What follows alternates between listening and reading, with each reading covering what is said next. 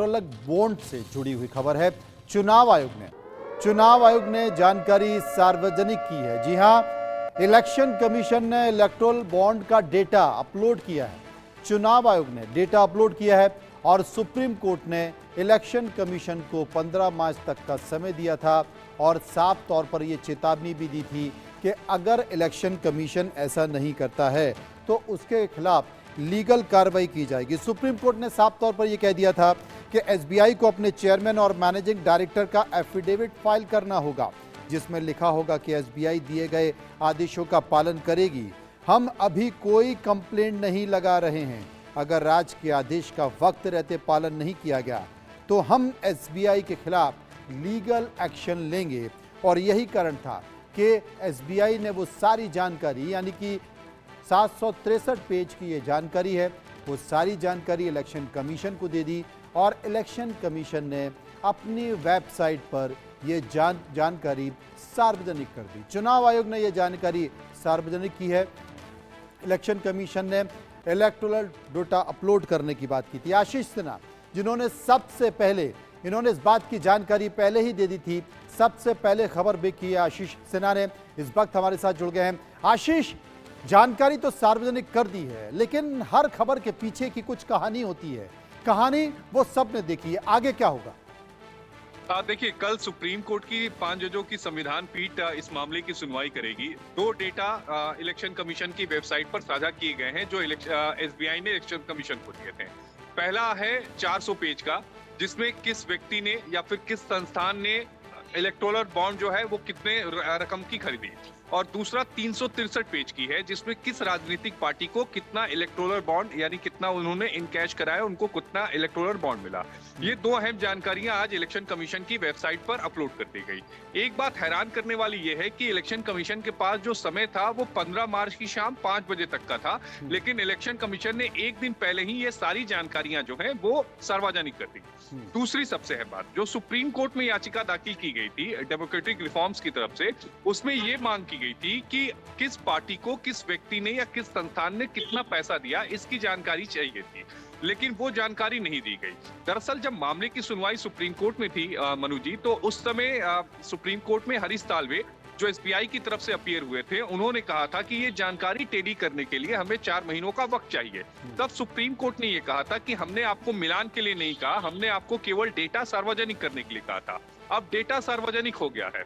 अब दूसरी सबसे अहम बात कि डेटा तो सार्वजनिक हो गया, कल सुप्रीम कोर्ट में सुनवाई भी होगी, लेकिन क्या अब आने वाले समय में सुप्रीम कोर्ट क्या ये कहेगा कि किस व्यक्ति या किस संस्थान ने कितने का इलेक्टोरल बॉन्ड खरीदा?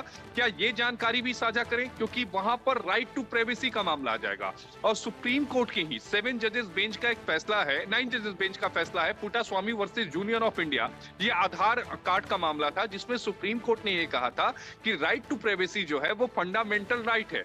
तो अगर सुप्रीम कोर्ट की तरफ से ऐसा आदेश आता है तो मुझे लगता है कि बैच ऑफ पिटीशन जो होगी वो सुप्रीम कोर्ट में फाइल हो जाएंगी, क्योंकि इससे जो दूसरे राज्यों को, अगर जस्ट सपोज करिए, मैं एक एग्जांपल के तौर पे बताता हूं कि अगर पश्चिम बंगाल के किसी व्यक्ति ने बीजेपी को अगर डोनेट किया है, अगर उसका नाम उजागर हो जाता है या संस्था का नाम उजागर हो जाता है, तो हो सकता है उसको दिक्कतें हो। तो ऐसी कई याचिकाएं सुप्रीम कोर्ट में दाखिल हो सकती है। बहरहाल इलेक्शन कमीशन की तरफ से तीसरी है बात, इसी बीच एक मॉडिफिकेशन एप्लीकेशन सुप्रीम कोर्ट में दाखिल की जा चुकी है, जिसमें इलेक्शन कमीशन कुछ मॉडिफाई जो है वो कराना चाहता है, जिस पर कल सुप्रीम कोर्ट को सुनवाई करना है। चौथी है बात, एसबीआई और इलेक्शन कमीशन, इन दोनों को ही सुप्रीम कोर्ट में कंप्लायंस ऑर्डर जो है वो दाखिल करना है हलफनामे के रूप में, यानी सुप्रीम कोर्ट के आदेश के अनुपालन को लेकर उन लोगों ने क्या कुछ कहा है, ये सारी जानकारियां जो है वो चुनाव आयोग के साथ साझा करनी होगी। तो कल की जो सुनवाई होगी वो बेहद दिलचस्प होगी, और जो डेटा है वो तो सार्वजनिक हो गए हैं। थोड़ी देर के बाद हम व्यूअर को ये भी बता देंगे कि किस राजनीतिक पार्टी को कितना फंड, यानी अप्रैल 2019 से लेकर मार्च 2024 के बीच में इलेक्टोरल बॉन्ड के जरिए किस पार्टी को कितना फंड मिला है। जी मनोज। लेकिन आशीष, क्या ये पता चल पाएगा, ये तो आप बता देंगे कि किस राजनीतिक पार्टी को इलेक्टोरल बॉन्ड के जरिए कितना पैसा मिला है, लेकिन क्या ये अभी पता चल पाएगा कि वो संस्था कौन सी है, वो व्यक्ति कौन सा है जिसने फला पार्टी को इतना पैसा दिया? नहीं, वो पता नहीं चल पाएगा क्योंकि मिलान के लिए एसबीआई ने जब सुप्रीम कोर्ट से समय मांगा था तो सुप्रीम कोर्ट ने समय नहीं दिया। सुप्रीम कोर्ट ने ये कहा कि हम आपको मिलान के लिए नहीं कह रहे हैं, आपके पास जो डेटा है आप उससे सार्वजनिक करिए कि जो टोटल 22,217 इलेक्टोरल बॉन्ड खरीदे गए हैं, जी। वो इलेक्टोरल बॉन्ड किसने खरीदे हैं, किस संस्था या व्यक्ति ने खरीदे हैं और किस राजनीतिक पार्टी को कितना फंड गया। कुल उसमें से 187 ऐसे इलेक्टोरल बॉन्ड थे जिसको राजनीतिक पार्टियों ने नहीं भुनाया था, वो प्रधानमंत्री राहत कोष में चले राहत कोष जाएंगे। में चले गए, जी। ये भी जानकारी मुझे लगता है कंप्लायंस रिपोर्ट में चुनाव आयोग जो है वो सुप्रीम कोर्ट को देगा।